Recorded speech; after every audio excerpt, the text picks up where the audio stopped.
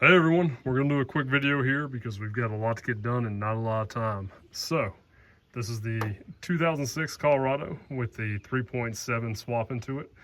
So this is the second gen Atlas motor. It has the piston squirters, the revised head, a little bit more aggressive cams. Nothing super different compared to the first gens. Probably the biggest thing being the piston squirters and the improved cylinder heads. But overall, both very good engines. The one that was in this truck had 240,000 miles on it. 3.5 was a little bit tired. And when I started researching this, people said, you can't swap the 3.7 and the 3.5. Well, that's not true to a certain degree. And let me elaborate on this. So the catalyst to this is the 2007 engine. The reason being is that little guy right there. So the 2007 engine, the 3.7, still has both of the cam position sensors. Later on, after 2007 going into 2008, it only had the one provision. The problem is if you try to run the single cam position engine in a truck that is meant to have both, obviously you're going to have problems. So we were able to run this engine off of the stock 3.5 PCM. With that being said, it ran pretty strong. It actually performed much stronger than the factory 3.5 did. But idle wasn't quite perfect. It idled smooth, but sometimes the idle fall off would be a little slow. And we did get a single code one time, and that was a lean condition. And just by putting your hand up to the exhaust manifold, yeah, the motor's running a little bit on the lean side, running a little warm. So we're going to be sending the PCM off. That's why it's not there. And it's going to be getting tuned by a company down in North Carolina. And we'll hopefully have a full review on them because they do a lot of awesome products for these Colorados and H3s. But overall, yeah, the 3.7 swap went pretty well. Couple things to note, the exhaust manifolds between the 3.5 and 3.7 are very different. The cylinder ports on the 3.7 are a lot larger, and so is the exhaust manifold. The converter, the primary catalytic converter, is a lot bigger. Now it does bolt down to the stock exhaust on the first generation engines, meaning the 3.7 exhaust manifold, despite being a little bit bigger, having a slightly different design, does bolt straight to the factory exhaust on the first generation Colorados. Couple other odd things we noticed was the cam position sensor on the intake side was slightly different. And I don't say slightly different as in the style was different or the wires were different or the plug was so much different, but actually inside the plug where this one had almost two notches, or sorry, this one had two notches on the 3.7 versus, sorry, let me start again. One has two notches, one has a single notch on the inside. So we had to swap out the 3.7 intake cam position sensor, which was physically identical except for having one notch instead of two notches. It was weird, just a small thing, but something to be aware of. I guess everything else was basically plug and play.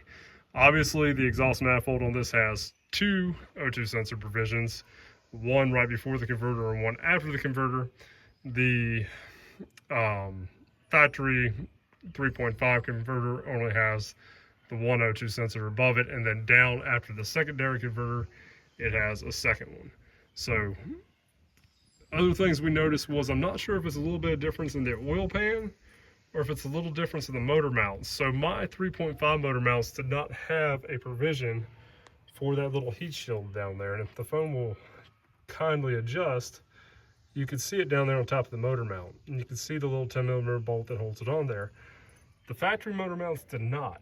Now what we've noticed is this motor, it either sits a little bit lower with the motor mounts, or the oil pan is slightly different because it's barely grazing the differential. And yes, it's usually a very tight fit on these trucks. It's usually you have like an 1/8 to 1/4 inch of difference, but this one's very tight. However, we do have plans to do probably a 3/4 inch differential drop on this truck anyway. So we're hoping that it revises it. If not, I still have the factory motor mounts and we'll figure it out. We're not gonna be driving this a whole lot because I have surgery coming up and so on and so forth. Now, before somebody calls me a liar, Obviously, you could tell this is a 3.7 because it's got the Vortec 3700 on it. Yeah, right. It's actually, you could tell because of the valve covers. So the difference between the first generation 3.5 and the second generation 3.7 is the aluminum valve cover. First generations had the plastic. And no, you cannot bolt the plastic intake, or sorry, the aluminum intake manifold in place of the plastic manifold. The reason being is the actual curve is slightly different. There's just a few little changes they made to the cylinder head and the valve cover, and when they did that, they're not interchangeable. You can also tell because if you look way down in there, we have the second generation style coil packs versus the first generation, which have the heat sinks on top. Besides that, intake manifold's the same.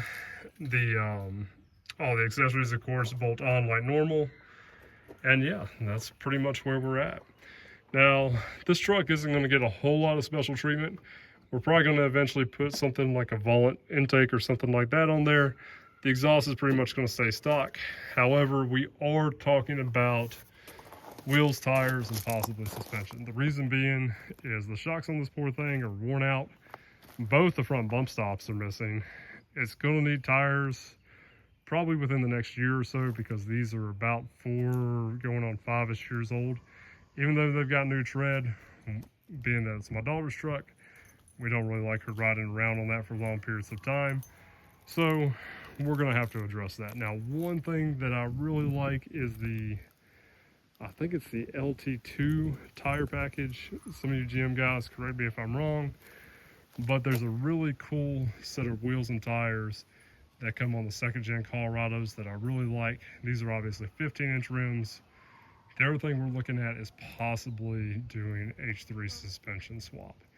And one reason for that is we have a lot of low speed hills out here where you're climbing big hills at like 55, 60 miles an hour. This truck, despite having 373s and stock 235, 75, 15s, you're kind of falling that category where you're running about 1500 RPMs. And when you hit one of those big hills, you have to downshift to, well, the truck downshifts to direct drive or third gear. If you could maintain overdrive, I think it would actually pick up a little bit of fuel economy. So really considering possibly swapping out the axles to 410 or 456 H3 axles. But it's her truck and we'll have to see. First thing to do is get all the engine stuff fixed. Make sure this is 100%. Really excited about getting the PCM tuned. And then we're going to finish it up by doing an electric fan conversion because this mechanical fan is massive and really overkill. So she's probably going to do a little bit of light towing with it. But there's a company that makes a really clean electric fan conversion that I think would be ideal, especially with her traveling up from college and stuff, and really want her to have a good, fuel-efficient little truck that is reliable, and if she's sitting in traffic for 2 hours on Interstate 81, that she'll have cold AC. Anybody that knows anything about these mechanical fans knows that if you sit in traffic, especially on 90-degree asphalt for any period of time, that they don't run so great. It'll work, but it can get a little toasty. But anyway, guys, if you've got any more ideas or tips or tricks, you'll see the battery's disconnected, and that's because I am getting ready to have surgery, and I want to get this video out beforehand. But overall, really happy. The 3.7 is definitely an improvement over the 3.5. The mid-range torque is much improved. The motor just feels peppier. It just wants to pull a little bit harder. And when you get in it, when you really get in it and you're running up at like 5,000 RPMs, it doesn't drop off as bad as the 3.5 did. It seems to kind of keep pulling. And even she noticed when we took it out for one of the first test drives, you really could hear the exhaust note sounding a little bit more aggressive. So anyway, I hope this helps for anybody that's out here looking to do a swap on one of these trucks. It is possible. Would I do it again? Yeah, absolutely, because we got this motor for like $400. It was in really good shape, had less mileage. We did swap the oil pump and did some other maintenance on it while we had it out. But we sold the old 3.5 that was still running for $400. So besides the gas and time, we really don't have a whole lot extra in this motor. And doing a lot of that maintenance stuff while the motor was out meant we could do it on the new motor, the one that's currently in the truck now, and not have a huge amount of downtime because we were still driving it around with that 3.5. So far really happy. Hopefully I won't eat my words on this, but so far so good. So until next time, guys, I hope everybody's safe. Take care of yourselves, take care of your neighbors, be kind to others, and all the way.